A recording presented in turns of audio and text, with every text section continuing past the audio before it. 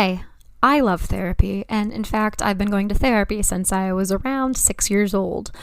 Though I talk about therapy a lot and may interview some therapists on the show on occasion, nothing that is said in this podcast should be considered a replacement for therapy. If you are struggling, I urge you to please seek guidance from a therapist because you are absolutely worth it.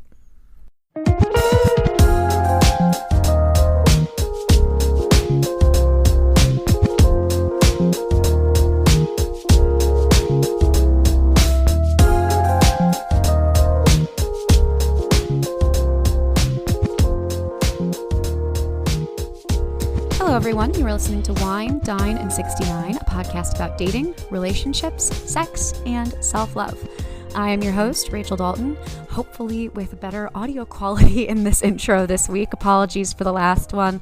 My microphone got switched to a different setting, and it caused the sound to kind of come in and out very obnoxiously. So sorry about that, and hopefully it is fixed now. Before we get into the main topic of this week, I kind of wanted to touch on the world's eyes are on Russia and Ukraine right now, and it feels weird to kind of jump into talking about sex, relationships, and everything that is more internal and personal, and when there's all these big things happening around us, right? Like, I feel like we need to take some time to acknowledge that. So,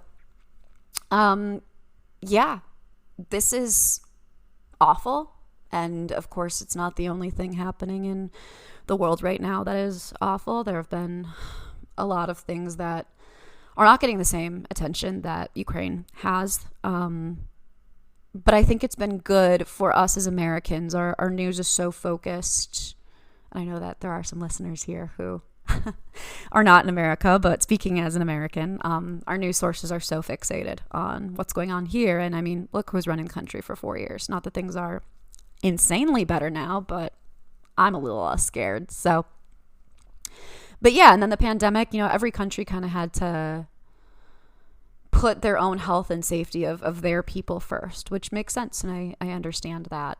So it kind of feels like I mean, it feels like World War III, and maybe that's why it feels like it's huge and so heavy.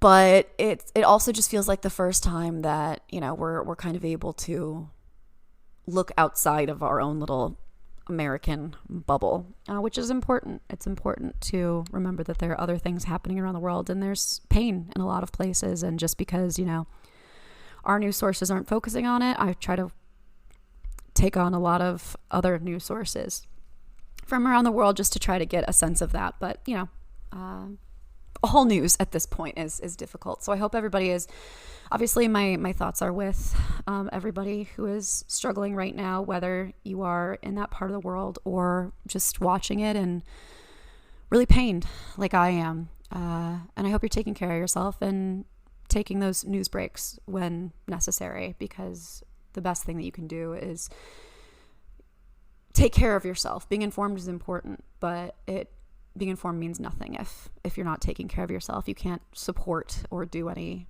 meaningful work when you are emotionally exhausted. I guess so. Today, a really big topic that we're going to be discussing, the overall kind of theme is identity.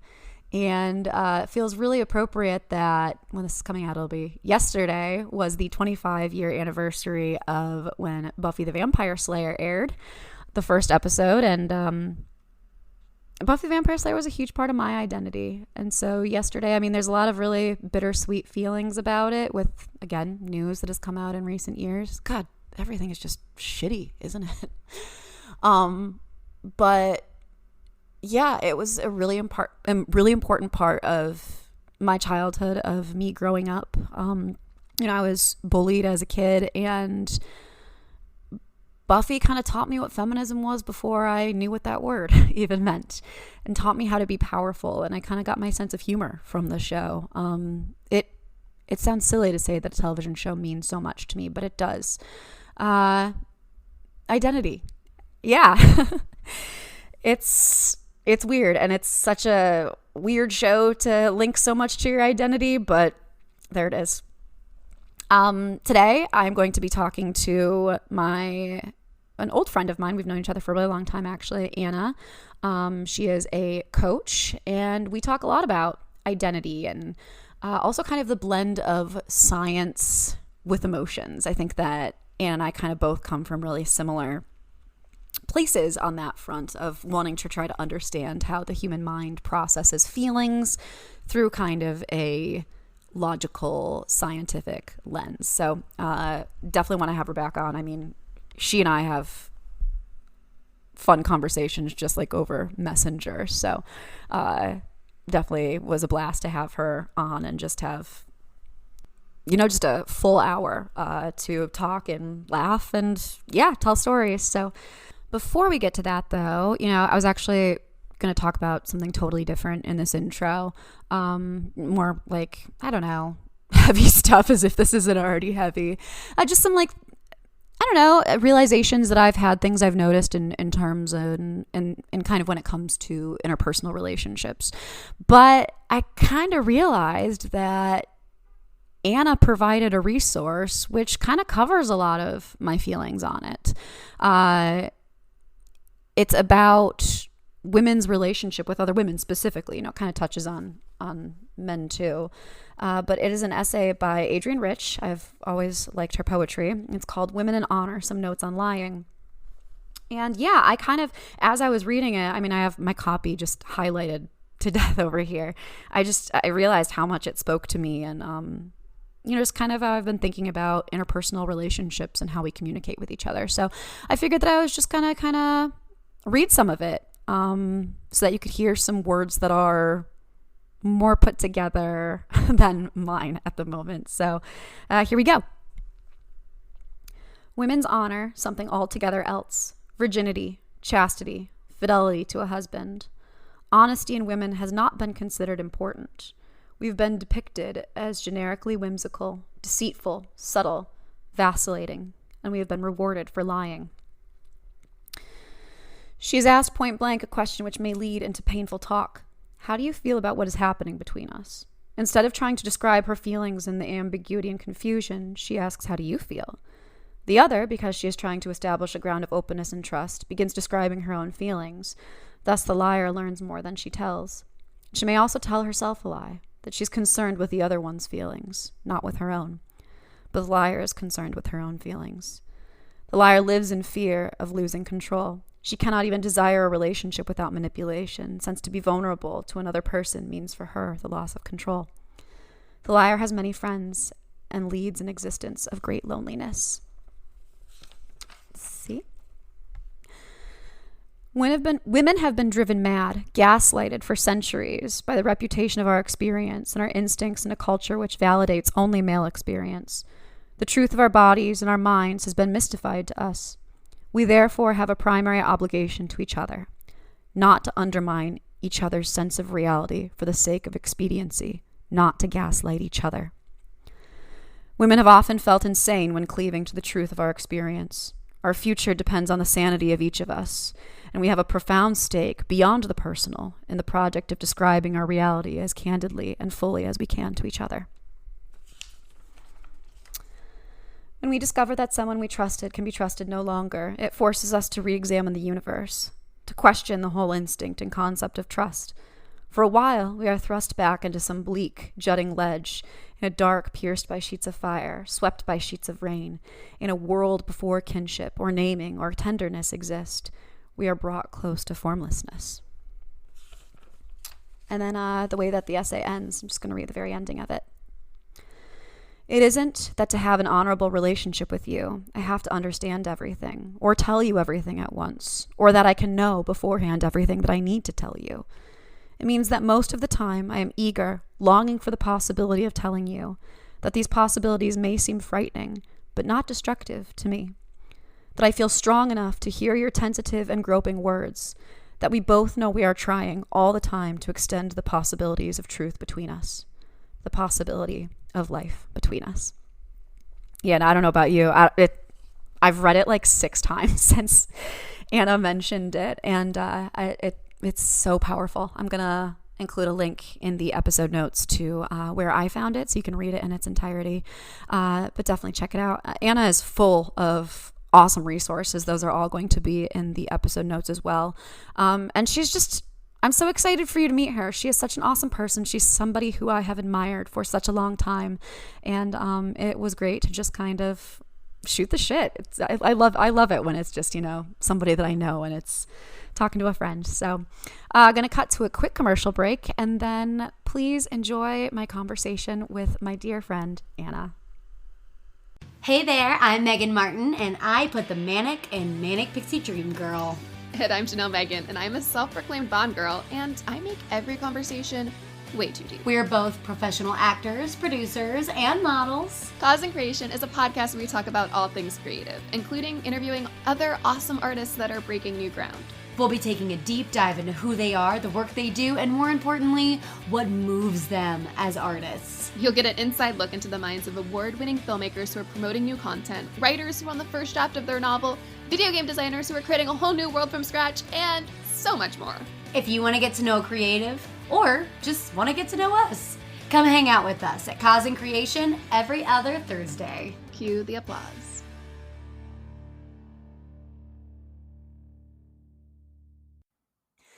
Hello, everyone. Welcome back. I am here today with my guest that I am super excited to be talking to. We've known each other a pretty long time, actually. I think maybe like 5 years at this point. Yeah, 5-6 years. Yeah, it's been a while.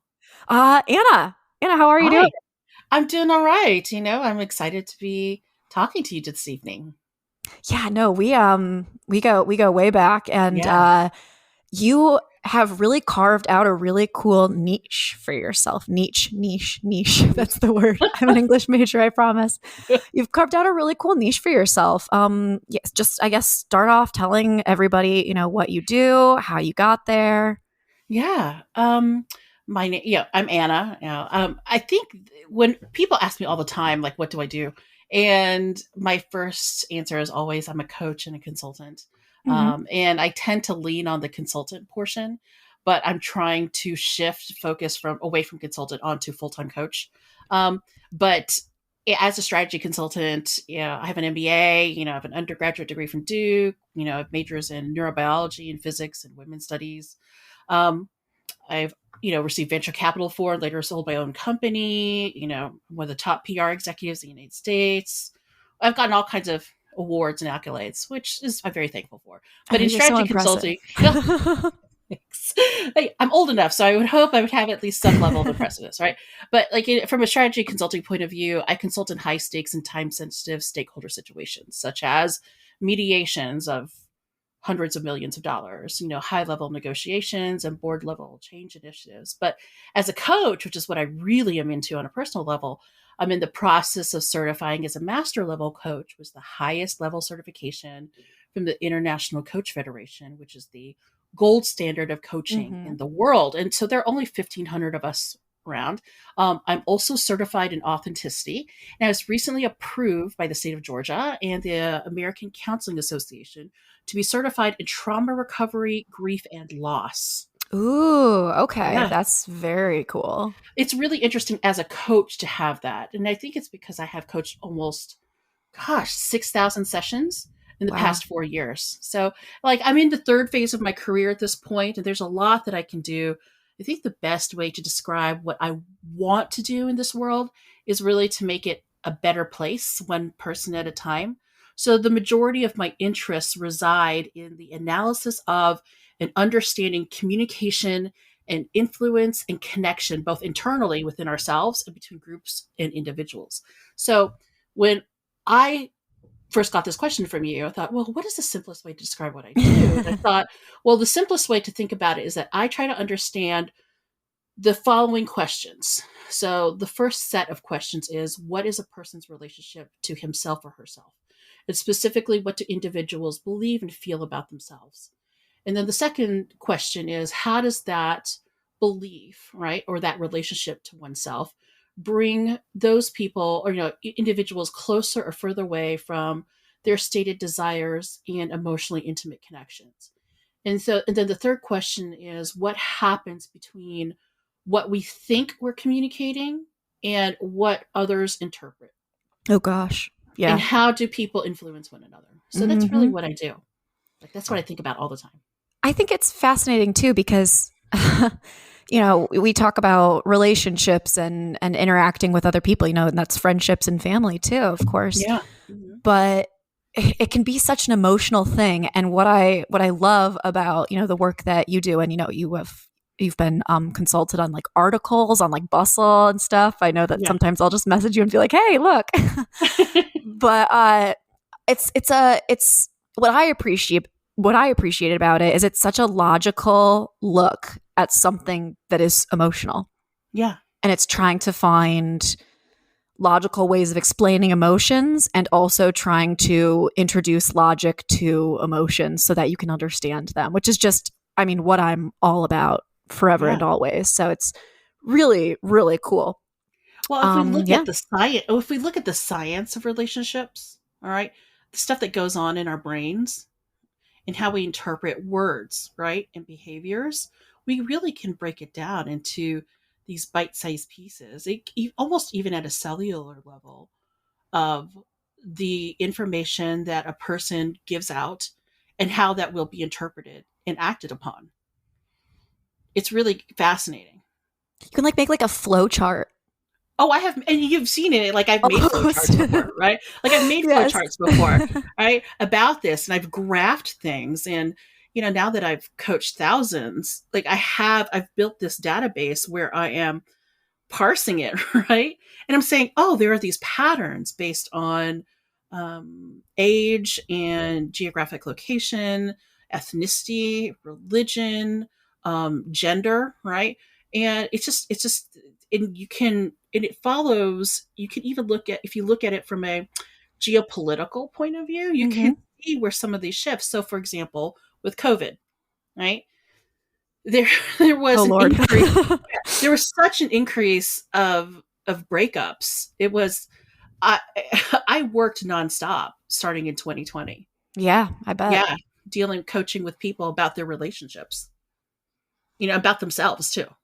Oh yeah. I think that's what's so interesting about COVID is a lot of people lost themselves, and as a result, their relationships suffered. I know I was guilty of that as well. It's just such a huge source of anxiety.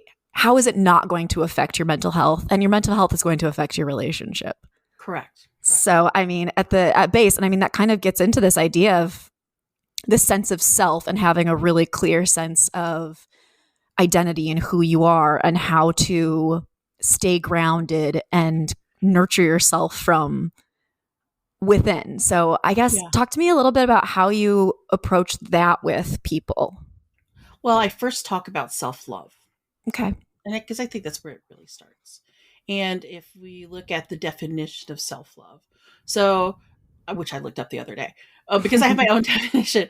But if you look at Psychology Today, and specifically there was an article written by Dr. Deborah Koshaba, self-love is the state of appreciation for oneself that grows from actions that support our physical, psychological, and spiritual growth. So self-love, from that definition, is dynamic. It grows through the actions that accompany us, that help mature us. So when we act in ways that expand this internal appreciation and acceptance for ourselves, we become much better at accepting our weaknesses and our strengths, and we release ourselves from the need to explain or over-explain our shortcomings. We have compassion for ourselves, and we end up focusing much more on our own life purpose and values. And we generate the expectation internally that we will live a fulfilling life, and we're capable of doing so. That's self-love. So, if we think about that, the connection of self-love, of that unconditional accepting awareness of yourself, is very clear when you think about dating and sex and relationships. Absolutely. Yeah. Tell me a little bit about how you link those for people who may not see. I think it's self-explanatory and very clear, but for some people it is less so. So how do you kind of explain that link? Well, if we unconditionally appreciate ourselves, right, and according to that definition I said earlier, we ultimately seek and find romantic partners and even friends, right? Close friends who support our appreciation for ourselves, and that we can give appreciation for them in return. And we can accept appreciation we have for them in the relationships that we have. And that's a beautiful thing. Related to sex, self-love becomes an expression and an extension of this unconditional appreciation of ourselves, right? All of our relationships, regardless of their nature, become feedback loops of happiness and fulfillment, appreciation, respect, and love. If we lack self-love, what we look for in relationships ultimately is we're chasing something. Absolutely. We're asking to be fulfilled. We're asking to be validated. But when we have great love and appreciation and acceptance for ourselves, we don't chase other people for that. We have that from within. We give that to others, and we receive that in return. And it's this never-ending happy cycle. And it has to be nurtured too, right? Like, I mean, Right. It's something that, for example, the pandemic, we were just saying, it had a really huge effect on people's mental health. Mm-hmm. And sometimes you have to really get back in touch with that sense of self-love. And it's not easy. And I always thought that it was one of those things that, like, once you find it, eureka, it's done. I'm a complete and whole person. And that's just not the case at all. No, if that was the case, all of us would just turn that switch on it. Yeah. How lovely would that be? But I also think, it has to do with, I've decided that my new definition of faith, I think a lot of people have different definitions, but my definition of faith is knowing that you can handle it. It's the faith in yourself, having this faith that, okay, you know what? I don't know what I'm going to do. I don't know how I'm going to handle it, but I know that I will get through it, and I know that I will handle it. So to me, I think that has been really instrumental in my sense of self-love, is just having the faith that I can pretty much do whatever I want, because sometimes I forget. Right.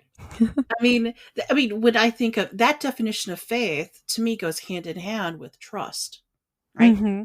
You trust yourself to have power and control in your life. You trust yourself that to accept who you are, just as you are. And even if you make mistakes, you trust that you will learn from that experience. Absolutely. And grow. Yeah, no, absolutely. That's it's big life stuff, but somebody's got to do it, right?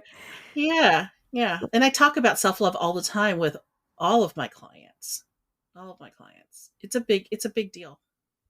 And in terms of, I guess, sex, does that come up when you're discussing with clients? I know that a lot of the clients that you work with, it's more relationship based, but does sex ever come up?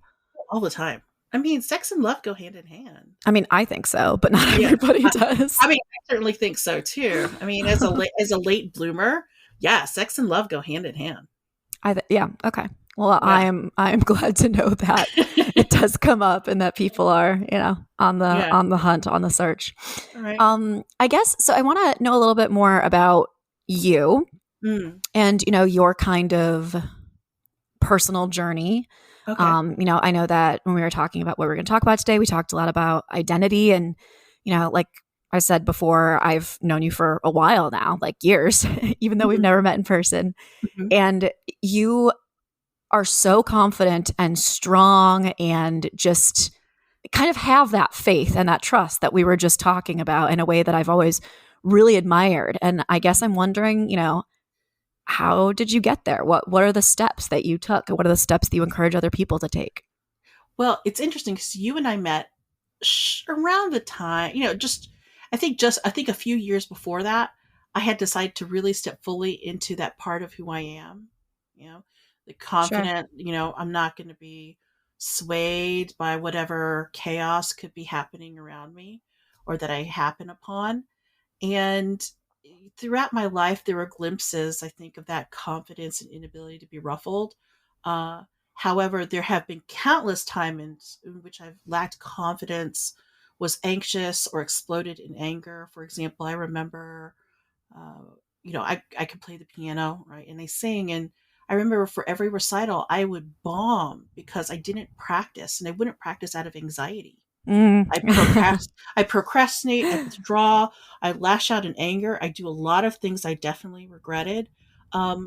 And so, but throughout my life, there were these glimpses of that confidence. And so in those moments, I embraced the parts of me that I believe are really courageous and resilient and defiant in a good way, right? Mm-hmm. And, courageous, resilient, and defiant against what? Most often it was a perceived threat or narrative. So as a little Mm-hmm. kid, it was the threat of being in trouble with my parents. All right. So that made me shrink back, right? Or withdraw. Or as a girl, it was the narrative that I wouldn't be liked if I didn't behave, Yep.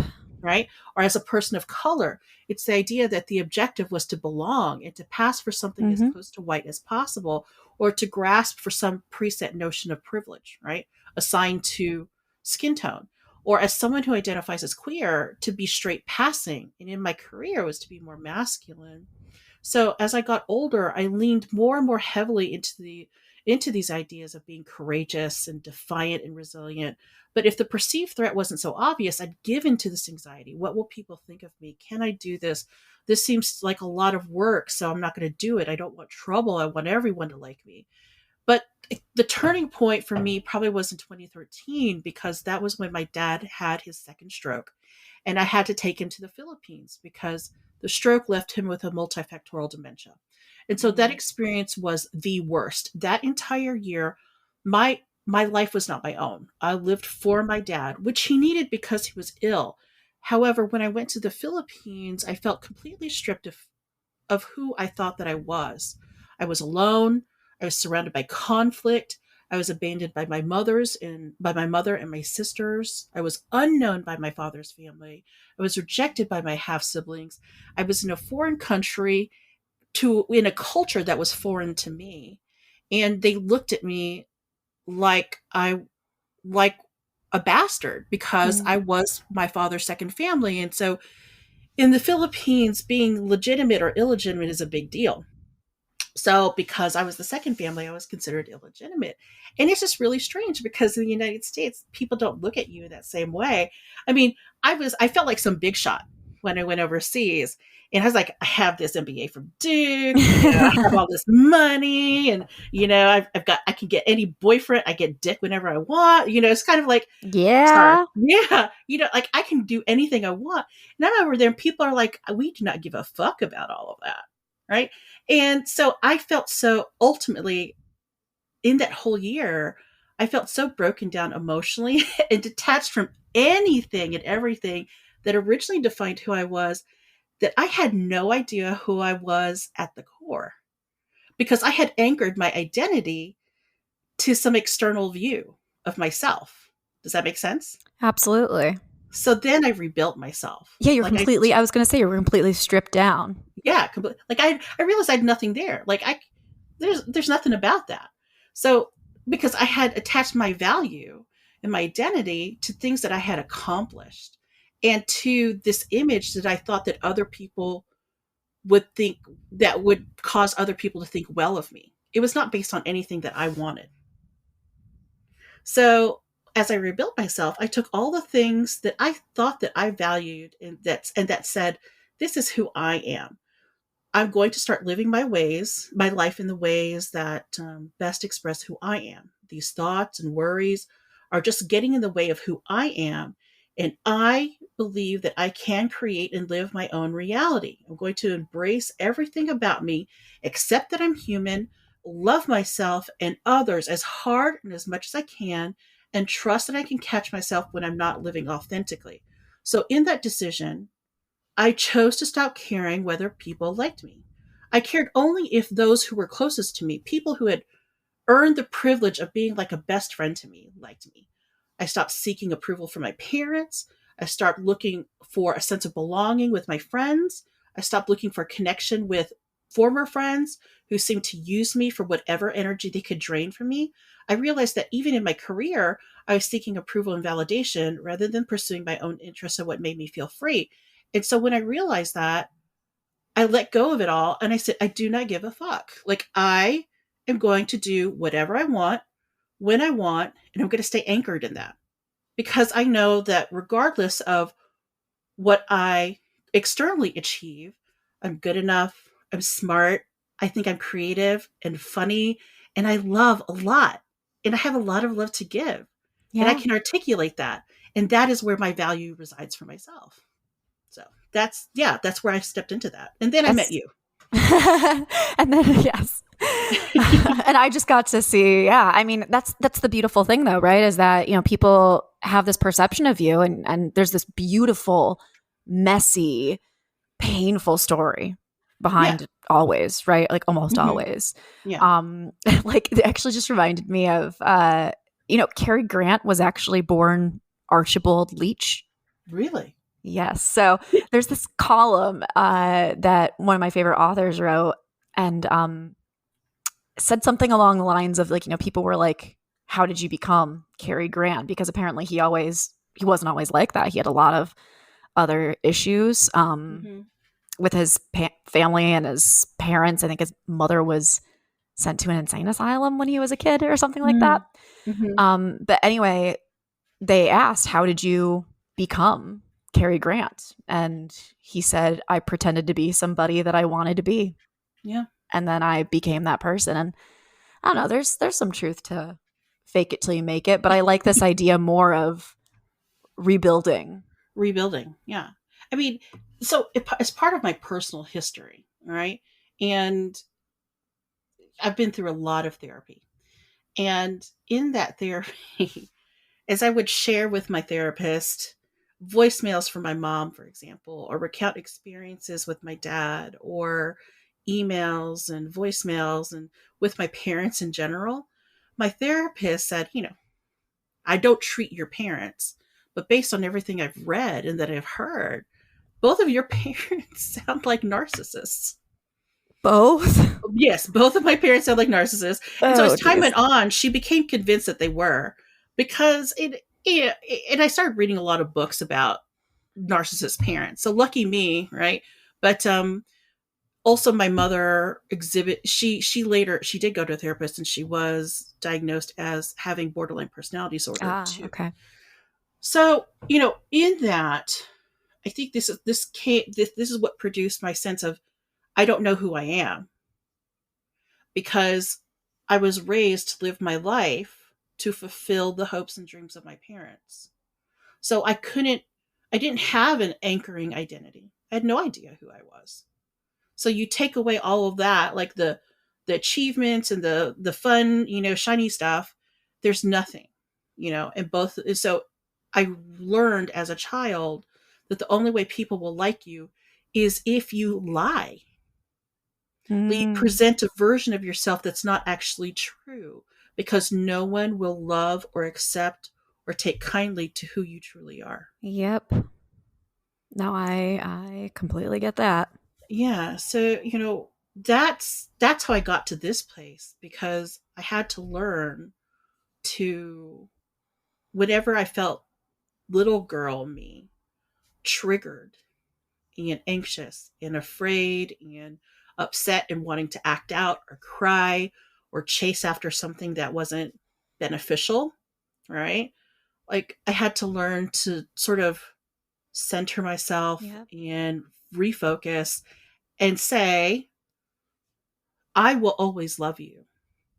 Adult me will always love you, and I will always protect you, and I will make sure that nothing ever happens to you.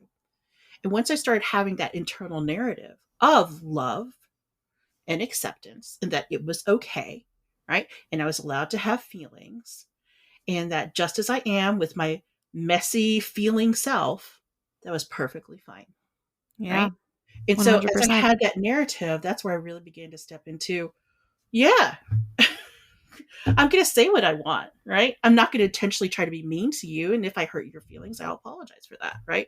Or if I do something that's not right, I will apologize for that as well. Like, I'm not above, saying I'm sorry or apologizing or trying to do better. Like, I'm certainly not perfect, but I accept my imperfections, and I trust and have faith, right? That if I do anything wrong, I will fix it, and I'll keep on going. Yeah. And that's really what it's all about for me. No, I think that's great. And that confidence, I mean, I think that so many of us, especially, people who are born with the 2X chromosomes, I feel like we are born with such people-pleasing tendencies. And at a certain point, like you just, it gets tired. It does get tiring. And you're done. So, well, on the topic of, you said earlier getting dick, and I was like, yes, let's talk about that. Yeah. On the topic of identity and sex, because I know you said there were a number of things that you wouldn't mind talking about. So, I mean, talk to me about that. Like, what's that process been like? You know, you obviously have to focus on identity and finding that right in the emotional and the heart space, but there's also the body space too. And talk to me about what that's been like. Well, well, where to start? Because if we think about it from like sexual exploration, I think it needs to go back all the way to my childhood, right? It always does. Yeah, set the scene. I grew up in a 3-bedroom, 1-bathroom house that had to have been like 900 square feet total. I mean, my house in Atlanta is 2,500 square feet. But, you know, growing up in Arkansas, at all times, there were 7 to 8 people in the house, and definitely more people than rooms. So you could never be alone, ever. I also didn't date because 1, no boy would come within 20 feet of me because I was not white or thin. And 2, my dad made it well known he'd shoot anyone who even looked my way. Oh, thanks, Dad. Yeah, thanks. So the most I understood about sex for the longest time was from, what is that Judy Blume book? Was it Forever? Oh, I was going to say, are you there? God, it's me, Margaret. Is it the one about masturbating? Yeah, there's one where she actually has sex. Ooh. Yeah, I remember reading that in my Catholic school, so it was really great. And you know, the other thing that I knew about sex was from the porn Cat Burglars, which was on VHS that my dad had hidden away, and I found in his shelf. I'm sorry, I need to Google that right now. Yeah, Cat it's a classic. I mean, and so late at night, you know, I would sneak into the living room because no one would be sleeping in there. I'd pop that in and I literally would watch it. Amazing. Yeah. And so that's how I learned about masturbation. Well, I mean, I had this faint idea that rubbing against my private parts, you know, against my clit was pleasurable, but I didn't know what to do, but much less know that it was called, I didn't even know it was called masturbating. Like I call it pushing my button. Cat Burglars taught me it was like fingering. And I was like, is that fingering? And so like, and I didn't understand oral sex because I was like, well, so I like, what did I learn from Cat Burglars? Doggy style, obviously, being on top, you know, lots of like, while you're getting fucked from behind, you know, you can, and I learned about blowjobs from that. So that was the extent, right? And, you know, you'd think that I'd have some wild time in college, but I didn't. Because I had this like pseudo boyfriend who I only gave blowjobs to. Oh, I had one of those in high school, yeah. Yeah, and because I was so focused on being a good Asian person and studying, and I had friends who were similarly disinclined to date also similarly disinclined to date, I didn't even get to know what it was like to receive oral sex. Oh, no. Yeah, I was so bad. But then I had another long distance boyfriend who actually never met in person. We met online. We had a lot of phone sex. So thanks to Cat Burglars and him, it helped me understand how to masturbate. So then I knew how to give blowjobs. I knew like how to orgasm, at least make myself orgasm. In the whole idea of receiving oral. But I was a virgin until I was about 26. Okay. And like I had a few sexual encounters and casual relationships with other guys when I moved to Chicago. But, you know, then I had my first confirmed real boyfriend and I lost my virginity in the back of my sister's SUV. And I had as much sex with him as I could. Like, and I think I broke him because he used to tell me that people don't have sex as much as I seem to want it from him. So I was like, that should have been a clue that something was wrong. But after we broke up, I was obviously heartbroken, upset. So I had sex with a couple of other guys, none of which was fulfilling. At that point, I entered into a long-term relationship. And this is where it really got great because we had a deep respect and trust with one another.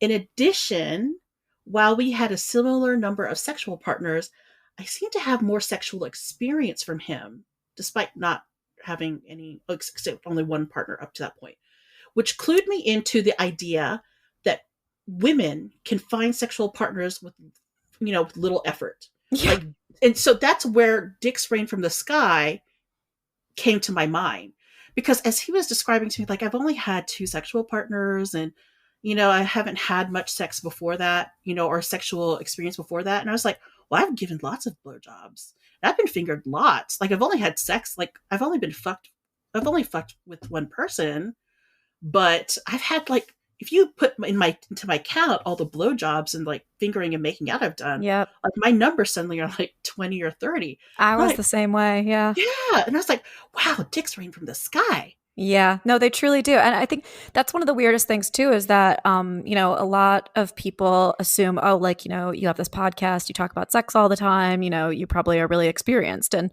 the fact of the matter is, yeah, I mean, somewhat, yes, I have experience, Right. but it's only, in terms of sex with a very few amount of people. Yeah. So, I mean, you can be experienced and your quote unquote body count. I mean, who the fuck cares about body count anyway? But like, it might not be high, and it doesn't mean anything. I don't think I have a low body count relatively. If we think only of penetrative sex, right? Sure. My body count is very low. But I have a lot of sexual experience, and I'm very curious sexually. So within the safety and trust of that relationship, I explored having as much sex as I wanted, where I wanted, and when I wanted. Yeah. I found that I was loud and graphic when I had sex. I found that sex was a powerful and freeing experience, and I didn't understand how anyone didn't love it. Like, we explored light bondage, sex clubs, public sex in a variety of places, sex where we could have been caught multiple times, lots of sexual fantasies, movie theaters that show pornography. We had sex there. We attempted to find another man for a regular threesome. Nice. But our criteria made it impossible to find someone. And it was in that relationship that I realized that I was demisexual, because part of our criteria of trying to find the third for a threesome was that we needed to be friends with that person. And we need to feel on a personal level that we could relate to him. So interesting. Yeah. So yeah, it wasn't just like, are you hot? It is, gosh, do you look at life in the same way? Are you interesting? Are you an executive like we are? Are you well educated? Can you hold a conversation? Are you funny? Yeah. Give a brief definition of demisexual, just for demisexual. Demisexual is an asexual variant. And it means that you can't feel sexual attraction unless you feel strongly emotionally connected to that person. Yeah. So you don't have one night stands, right? You could look at someone and say, objectively, that is a very handsome, hot guy, but you could not imagine yourself having sex with them. Oh gosh. Yeah, that's me. That's me. I mean, there are a lot of people who are demisexual, actually. Yeah. And one would say, well, it's just you having morals. No, that's not what it is. I mean, No, I feel ill. If I have sex with somebody that I don't feel an emotional connection to them, I get sick the next day. I am totally dry. There's no way you could put it inside me, no matter how much lube you put it in. Okay. In there. Like, I cannot get wet. Yeah. Fascinating. Yeah. Okay. So it was part of like looking for that person. I realized, gosh, what's the deal? And that's when I started looking up stuff and talking to my therapist about it. And she's like, have you heard of demisexual? And I'm like, no, like, what the fuck is that? And she said, asexual, it's part of the queer, it's the A part of the LGBTQIA, right? Part's like, so there you go. The partner after that, because we were long distance, it made it important to explore virtual sex, phone sex, and sexting. So I learned how to record, take pictures, be sexually descriptive, and be provocative without being in person, and how to stimulate a person without being right there. With the partner after that, that's when I think I really came into my own sexually. Like, we had similarly high sex drives. We were able to have sex for hours with multiple orgasms. I regularly had over 30 orgasms in a weekend, as would he. I learned about squirting and fisting and anal in like the multiple ways in which a woman can orgasm. I had orgasm before with oral and with penetrative sex, but not with the same force and frequency as with this partner. Like, I had squirted before, but with him, I literally soaked beds. I've heard stories about that. And I also found out recently that squirting is something that you can learn how to do, apparently. Yeah, you can, and he helped me learn that. So he was a phenomenal sex partner. Like it was we explored a lot. That other partner I had where we explored a lot of places, this particular partner was excellent because he helped me understand more about my body. And I Sure. loved it. It was great.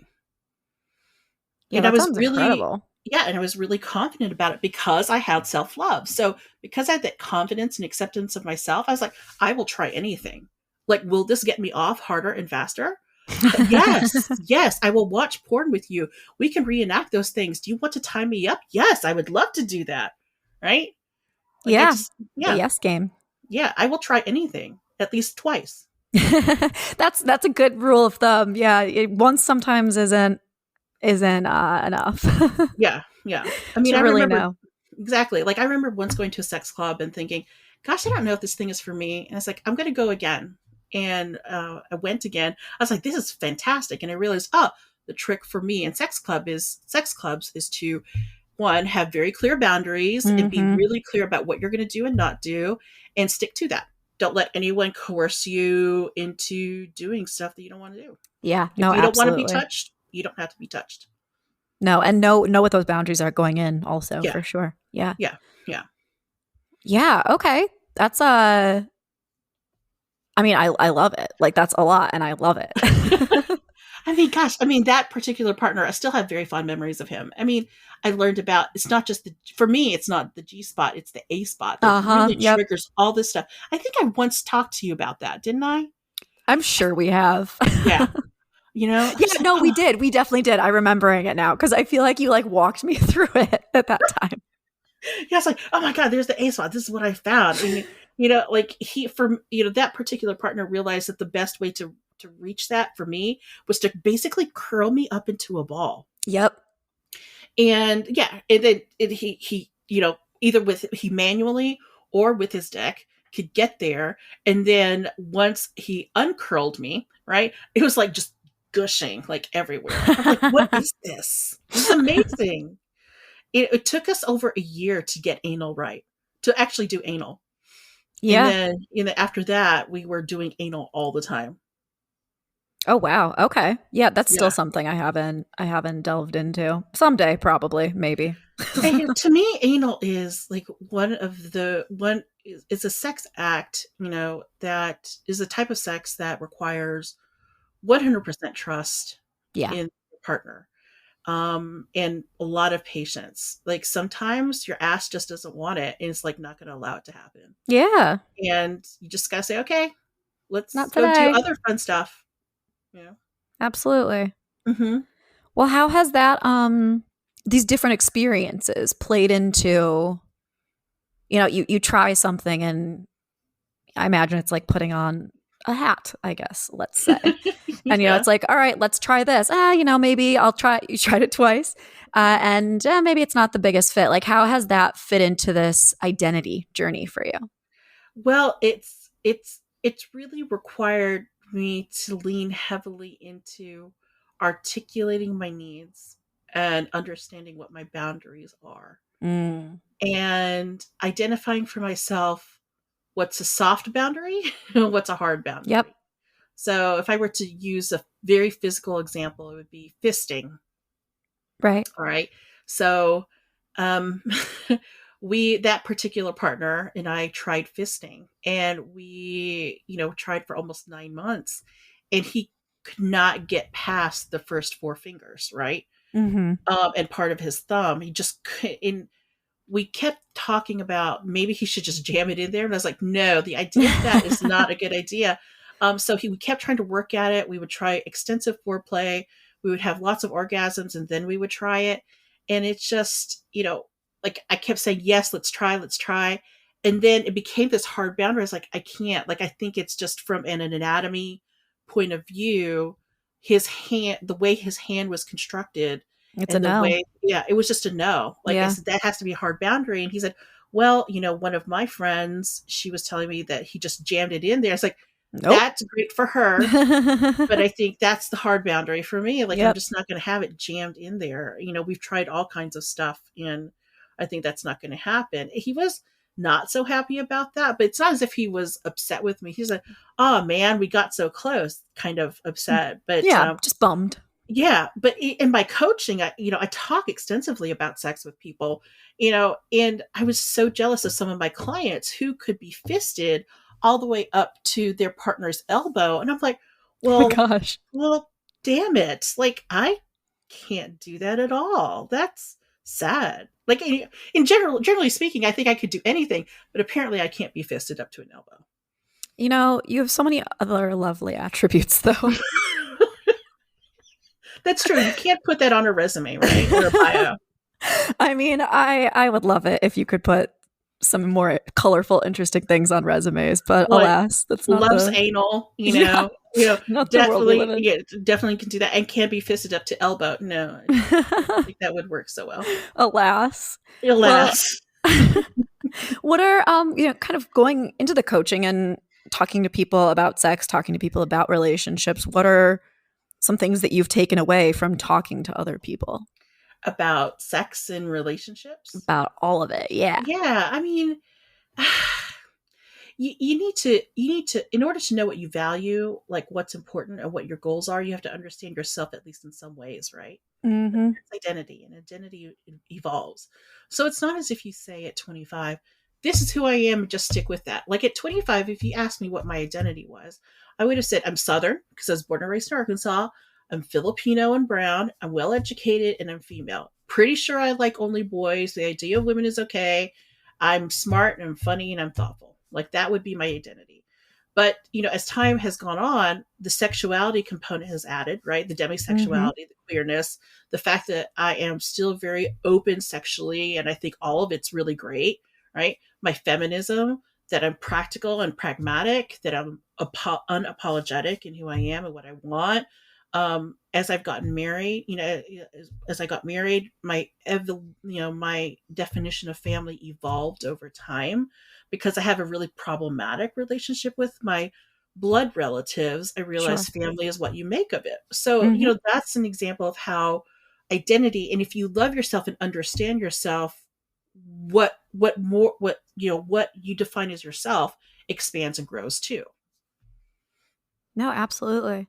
Yeah. And it's always being both when you're dealing with sex and when you're dealing with yourself. It's about being open to things changing, which I'm incredibly resistant to, but I'm learning. Well, it's hard to have those conversations, right? Like when I think about communicating effectively in relationships, you had actually, I think a question that you'd written to me was, how do you make sure you're consistently on the same page with your partner, right? And my answer to this is that you have to decouple communicating effectively from the idea that you will consistently be on the same page. Ah, okay. You need to separate those two. You have to accept that you're not always going to be on the same page emotionally or sexually. Now, you should be on the same page in terms of values and goals. Right? Healthy and successful relationships, regardless of what they are going to have the same or similar relationship values and goals.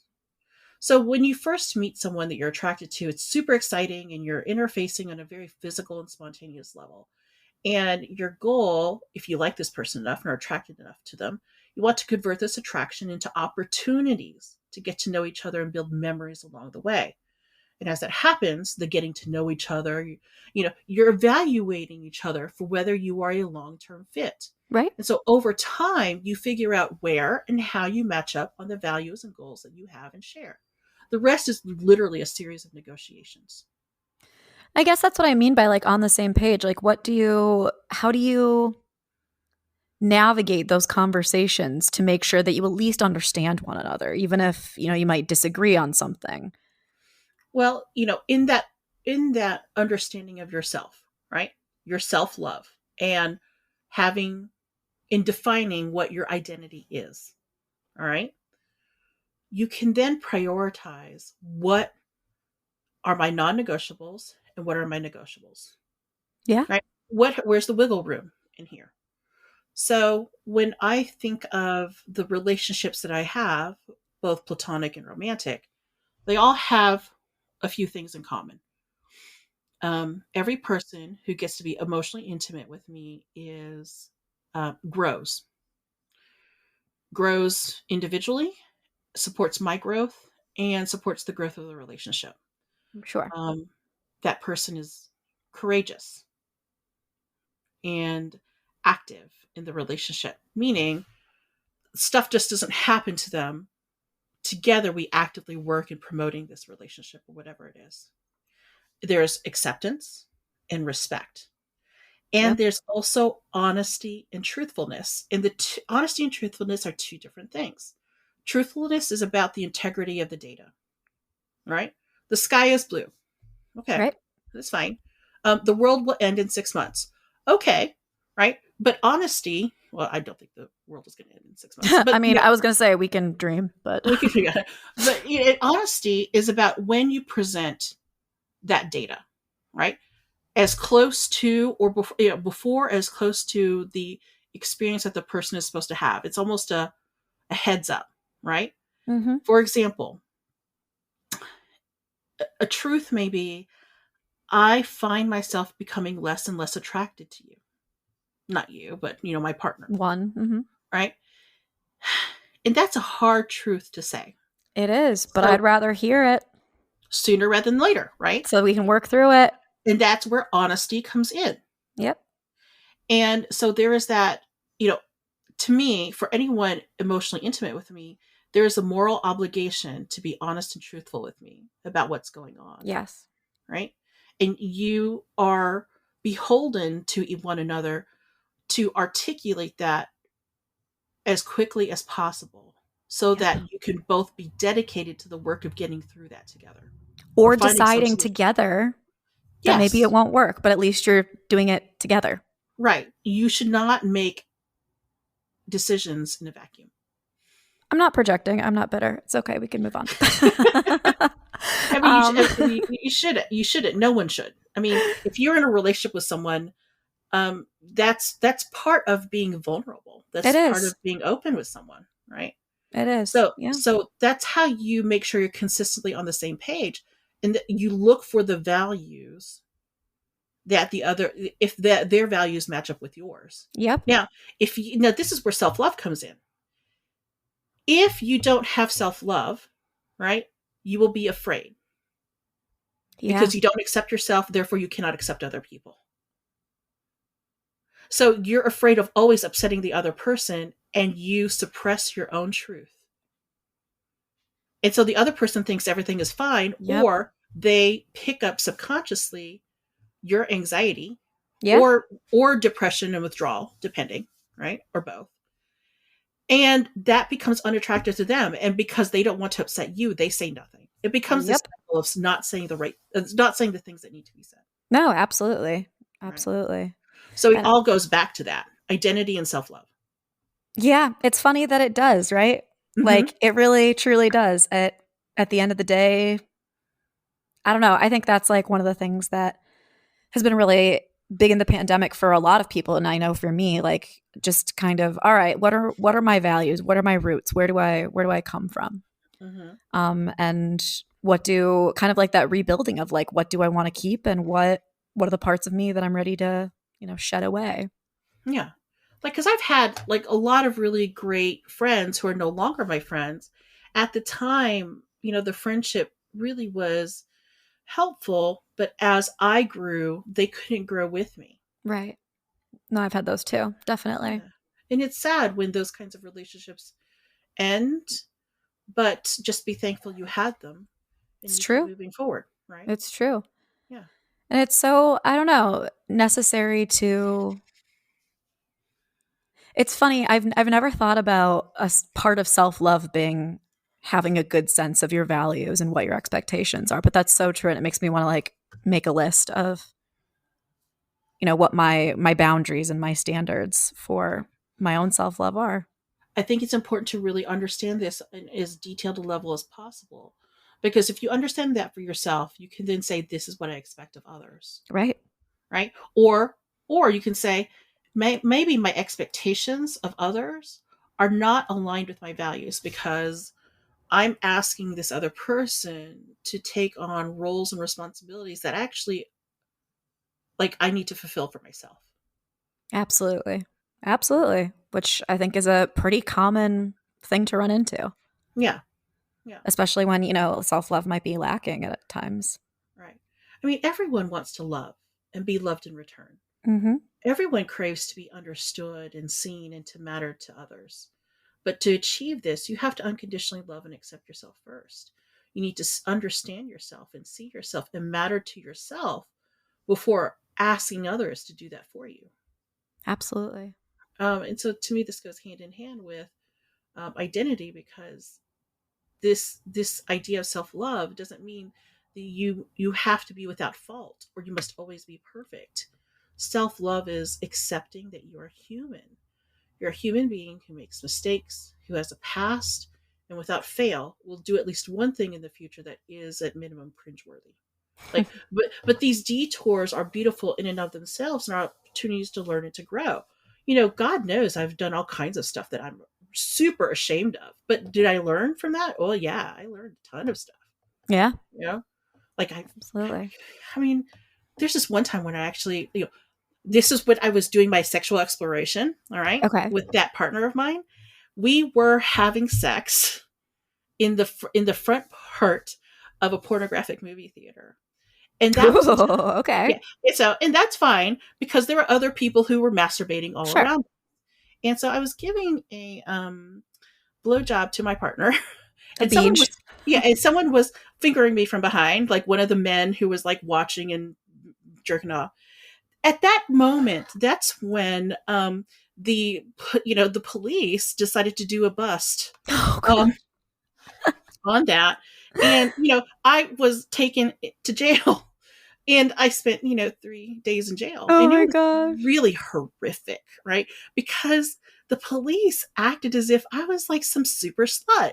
And I'm like, this is my boyfriend. And they're like, yeah, how much did he pay you for that night? I'm like, what are you talking about? Like, and this is where like, what's your identity, right? Because at that time I was an executive for a financial institution. Like I literally was a vice president. Oh my so I'm God. like, holy shit, like what's happened? Sorry, I'm cursing, but I was like, gosh, we've said worse things already. You're fine. What's going to happen to my career? I was applying to law schools and MBA programs. Like, does this mean I will not be able to go to graduate school? Did I just fuck up my life forever? And all because I wanted to cheap out this one time and not pay the fee to go to a sex club. And so, all the stuff is going around me, and I learned a lot of things. Like in the state of Georgia, if you give a blowjob and you're caught doing that, that is a felony because that's considered aggravated sodomy.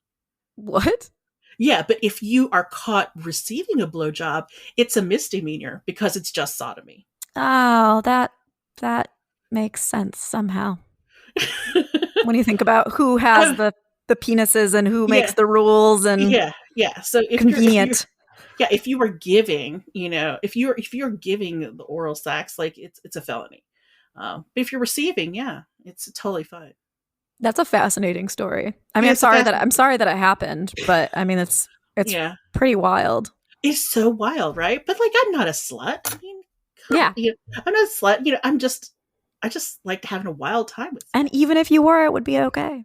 Well, yeah. If I had 10 million dicks, that'd be fine. But, it was really great. Like what I learned, while sitting those few days in jail is that, honestly, giving someone a blowjob is clearly not a big deal because everyone's like, what are you in here for? And I'm like, let's give my boyfriend a blowjob. And they're like, girl, like I'm here because I killed a man. I'm like, okay. And they're like, do you want your bologna sandwich? I'm like, no, you can have it. Well, thanks. You're the best. I made friends in there. I still actually talk to one of them to this day. She's like, I need to turn that one.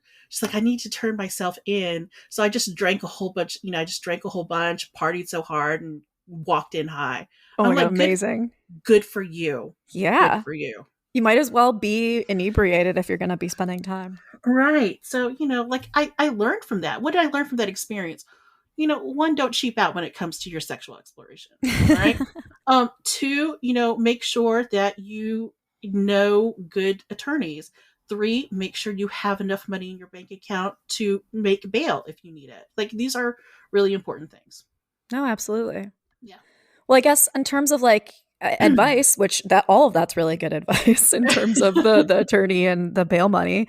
But Yeah. what's some advice, or what are some resources that you would suggest to people who want to be more sexually explorative, want to learn to be more in touch and in love with themselves, or want to just kind of get a better sense of their own identity? Well, I would say the first thing is one of the first things that I read that was very helpful for me was an essay by the feminist theorist and poet Adrienne Rich Oh, called, yes. yeah, Women in Honor, Some Notes Online. Now, it's about women and women. It's about relationships between women, but you can branch that out to between people in general. All right. And one of the most, high impact statements in that essay is that being truthful with another person is one of the most difficult and dangerous things you could ever do. Mm-hmm. Hmm. Because nothing about it feels safe. But, No. but if you love someone and you want to be connected to them, you make that sacrifice. You say, I will go that hard way with you if you go that hard way with me. Yep. Right. So it's about acceptance and identity. I mean, there's a lot of material out there on emotional intelligence. Yes. So Emotional Intelligence 2.0, that's what I would read. I also would read the book Fierce Conversations and start that journey for yourself. When it comes to actual relationships, I would read the book Keeping the Love You Find. Ooh, okay. Yeah. I've heard of that one. Those are some of the resources that I would, read about. I would read up about anything related to John Gottman, the psychologist. Oh, yes. The Gottman Institute website's great as well. Yes. Yeah, I love that. And if you ever have, if you have obviously a great therapist, that's always helpful. If you have a coach who is focused on authenticity or relationships or, just life coaching in general, go with that person too. Like a therapist is, therapist, working with a therapist and working with a coach simultaneously is like driving a car. So the therapist is like your rear view mirror. You're looking what you just passed, right? Yes. Where you came from, because that tells you where you're headed, right? And working with the coach is like looking through your front. Oh my gosh, that's such a good analogy. That's such a good analogy for it. Because I've been thinking more recently, I'm like, I feel like I need to do more coach related stuff than therapy. I've done enough of I know where I'm fucked up in my past. I need to fix it. Well, that's what the coaches are really great at that. And that's what they're trained to do. They're trained to what's happening now, right? What have we learned from the past? And how are we making sure we're not repeating those actions? They're much more pragmatic too. Yeah, no, I've done some sessions here or there with a coach, like a life coach, and it's been really helpful, just like coping mechanisms for, banishing fear and the negative thoughts. So, well, on that note though, where can people find you? Well, actually, I will be launching my own social media. Okay. Called Everything Goes with Rice. It'll be life coaching and topics related to the BIPOC community in March. Nice. Okay, in March. Okay. Yeah. I'm recording content for TikTok now. I'll be launching my Instagram, but my personal Instagram is Silvergirl, SIL, Silver, GRRL. And so then you can also find me on Facebook. Yes. Okay. Yeah. Yeah, that's so exciting. I'm going to have to see if I can slate this episode for around the time that goes live in March then. That would be awesome. Yeah. Okay. Well, Anna, it was a blast to talk to you. I mean, as always, but thank you so much for coming on and sharing your vulnerability and, your expertise and everything that you've learned in life and love thus far. Thank you. And listeners, thank you for listening. You've been listening to Wine, Dine, and 69. I am your host, Rachel Dalton, and let's keep talking.